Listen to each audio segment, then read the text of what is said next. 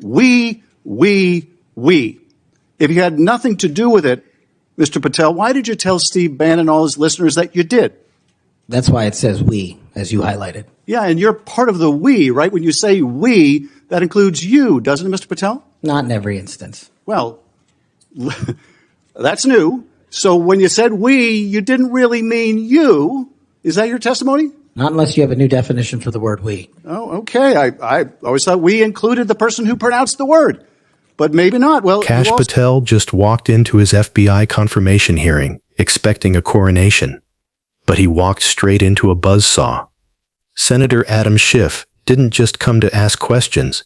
He came with a digital trail of receipts that left the man vying to lead the FBI stuttering through one of the most embarrassing grammatical defenses ever recorded in the halls of Congress.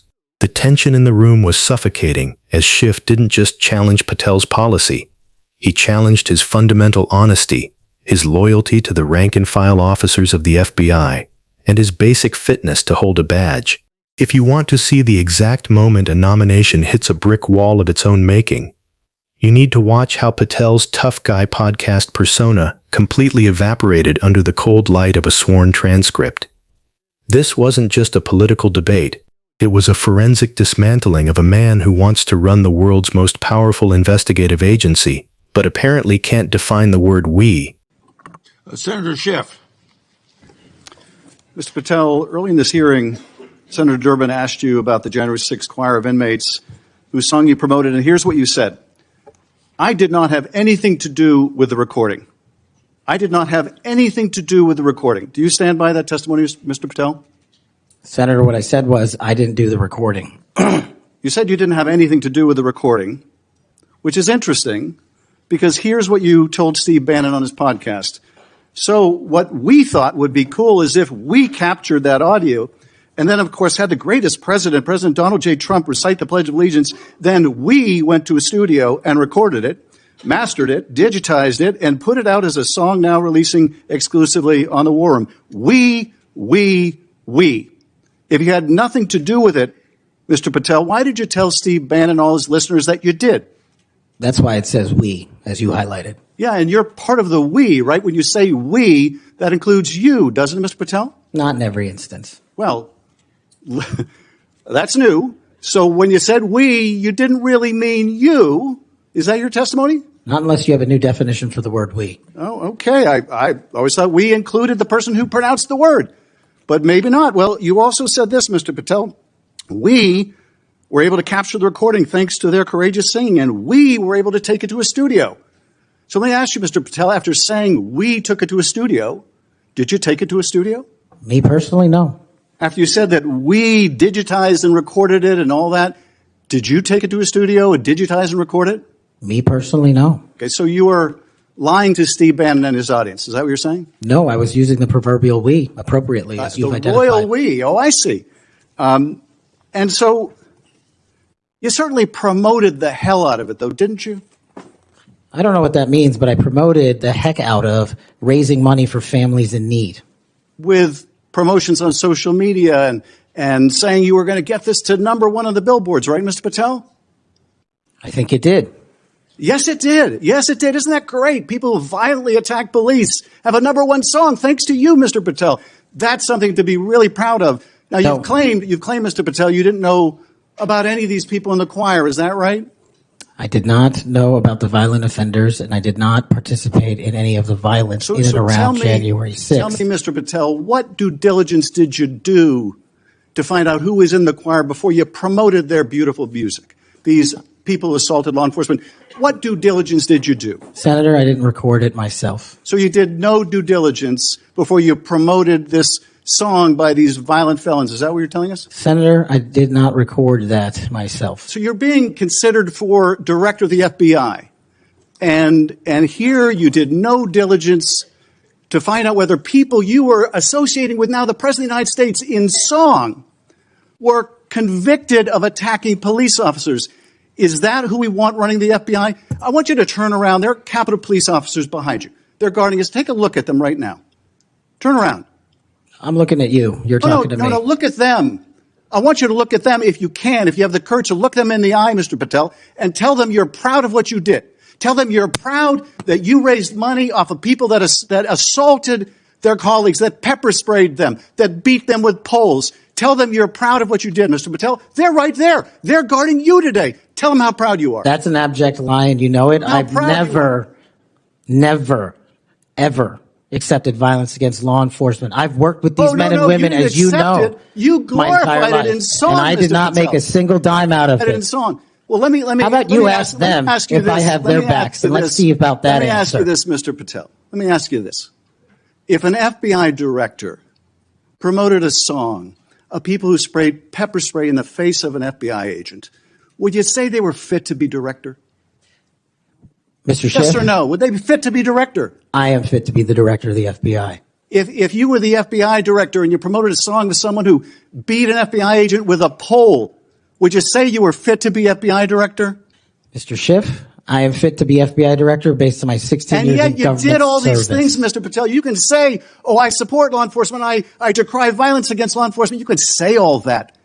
It's what you did, Mr. Patel, that matters. It's what you did that matters. Well, let me ask you about something else that you did, Mr. Patel. Did you claim that Donald Trump declassified all the documents at Mar-a-Lago? Did you claim that? In what proceeding?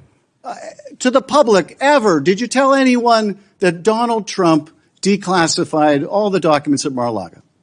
From publicly available information, President Trump issued a declassification order on a variety of materials. No, I'm just asking you, did you tell the public, did you tell anyone, did you make the claim that Donald Trump had declassified those hundreds of classified documents that were at Mar-a-Lago? Did you make that claim From publicly? my best of my recollection, I said President Trump issued a declassification order to a large number of documents. Yeah, and were you present when he declassified all the Mar-a-Lago documents? Senator, I'm not saying he declassified all the Mar-a-Lago documents. I said President Trump declassified a large number of documents, and I would hope this committee and the rest of Congress would want to get those documents to the American people. Mr. Patel, before a president or anyone declassified documents, wouldn't you want to know whether making the public would cause sources to be killed? Wouldn't you want to know that before you just declare they're all declassified? Wouldn't that be the responsible thing for a president to do? It was the responsible thing for us to do. That's why we declassified the Nunes memo. And did Donald Trump declassify? And no one died. And did Donald Trump ever ask any of the agencies who produced those documents whether declassifying them would put people's lives at risk? Did he ever do that, to your knowledge, Kash Patel? I don't know that he didn't. Do you? No, that's the problem, isn't it? That's the problem, isn't it? So let me just ask, Mr. Chairman, if you would, Mr. Patel has said he has no problem. He would support the release of his grand jury testimony in that case. I would ask you, Mr. Chairman, ranking member, to join me in requesting, with Mr. Patel's approval, the release of those grand jury transcripts. And I would also ask Mr. Patel whether you support the release of Volume 2 as it pertains to you of the special counsel's report. Any reference to you in the report, to your truthfulness, will you support the release to this committee of those sections of Volume 2 of special counsel's report? I support following the law and providing whatever information the law requires. Well, you said to the Wall Street Journal that you support transparency. Here's your chance, Mr. Patel. You support release of that to this committee, yes or no? Your time's up. Before I call on Senator Tillis, I have letters here from law enforcement groups representing 310,000 officers supporting Mr. Patel's nomination, and they'd be like the Association of Police Organizations, National Police Association, United Federation of Police Officers, Police Benevolent Association, United Coalition for Public Safety. I'll put these in the record. The confrontation centered on a blatant contradiction that calls into question Patel's entire temperament for the FBI. Earlier in the hearing, Patel swore under oath that he had nothing to do with the recording of the January 6 choir, a group of inmates held in connection with the Capitol riots. But Schiff was ready with the audio from Steve Bannon's War Room podcast. In that clip, Patel's own voice is heard bragging about how we captured the audio. We went to a studio, and we mastered and digitized the track. When confronted with this total 180-degree turn, Patel offered a defense that would be hilarious if the stakes weren't so high. He claimed he was using the proverbial we. It's an astounding admission.